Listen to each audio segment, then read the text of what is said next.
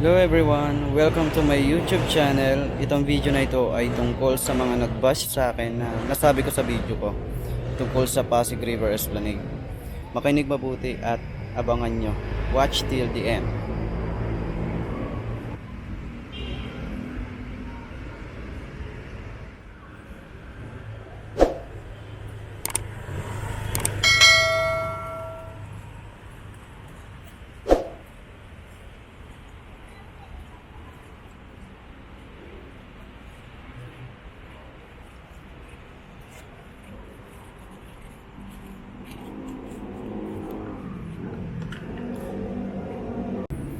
Hello guys! Sasagutin ko nga pala lahat ng bash sa akin tungkol sa nasabi ko sa video ko na ang galing mo, Yorme. Dami nag-comment at nag-bash sa akin dyan tungkol sa nasabi kong video ko na ito. Ang sa mga di nakapanood, panoorin nyo na lang yung link sa comment section. So ito na nga, umihingi ako ng apologize sa nasabi ko dapat kay President Marcos at sa asawa niya na si First Lady Lisa Marcos.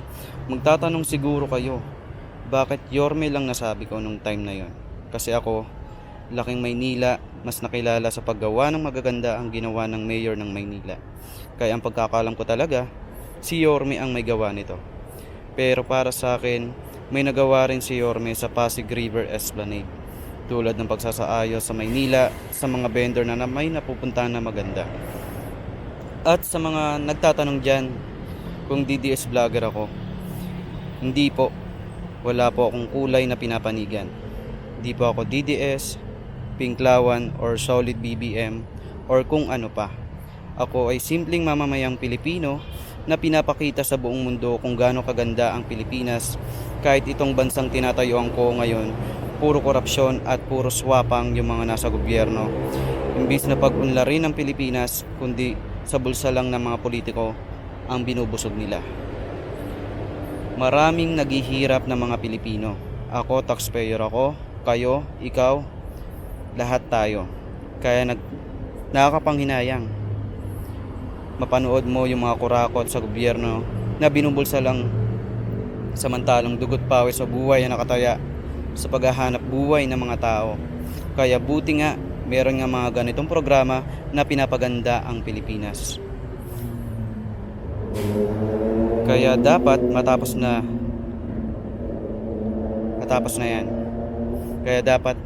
yan. Gumawa ng magaganda ng gawain tulad ni Yorme. Saludo ako sa iyo, Yorme. Pero kay President Marcos, sasaludo ako sa iyo pag napakulong mo yung mga kurakot sa ating bansa. Agree ba kayo? Comment lang kayo sa comment section. Thank you. Guys, napakaganda dito. Maka-relaxing. Lalo na yung mga nasa probinsya. Hirap na hirap. Dapat meron din silang mga ganito.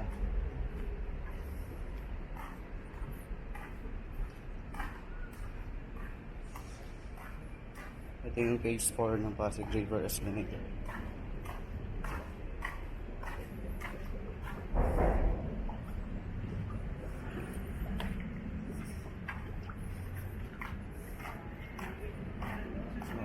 Tignan nyo guys. Wow. Ito yung Pasig River. Napakalinis guys. Wow, napakaganda. Klase talaga.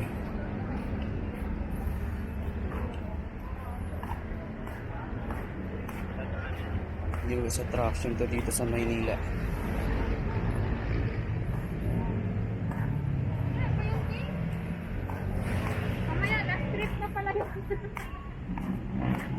Okay, phase 4 to phase 3, phase 2 then to phase 1.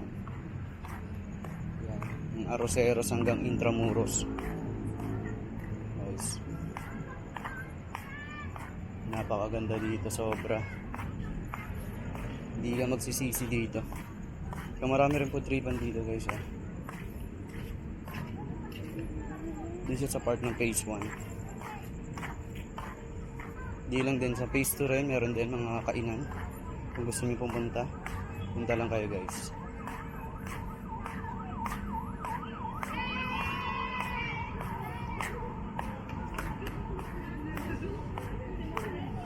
Dami mga kabataan. Ano to yung papapain ko hanggang dulo daw eh. Patrick!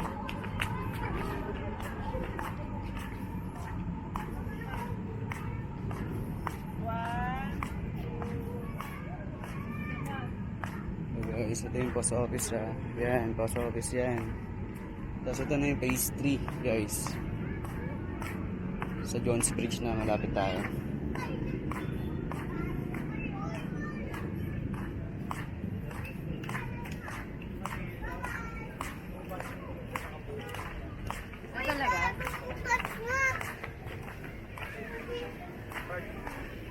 Sobrang ganda talaga dito guys.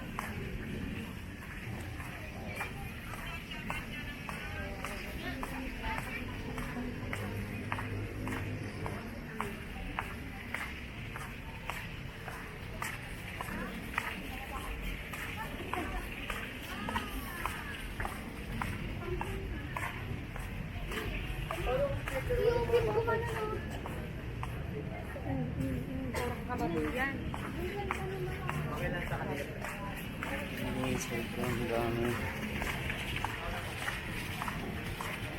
Ang dami namamasyal dito.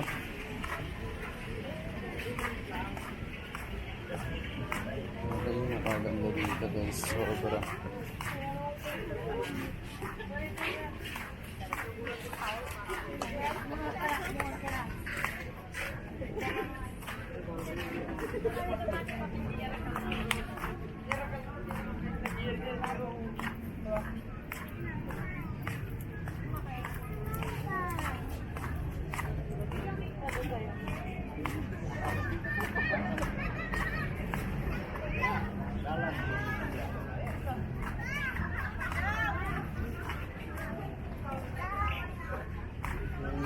Ganda rito guys, ang dami ng mga tao.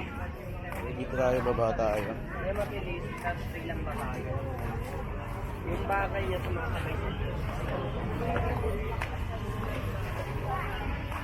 Guys, daming food trip oh.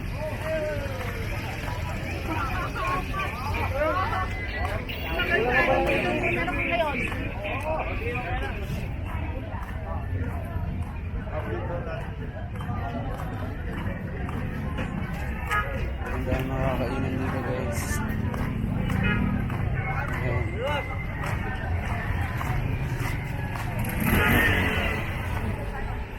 Pwede rin kayo mag-parking dito guys ha. Kasakay na lang tayo. May mga parking attendant dito.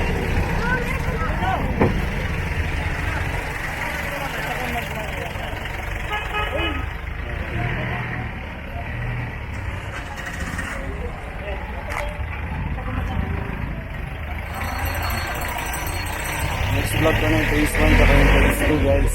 Okay, bye bye.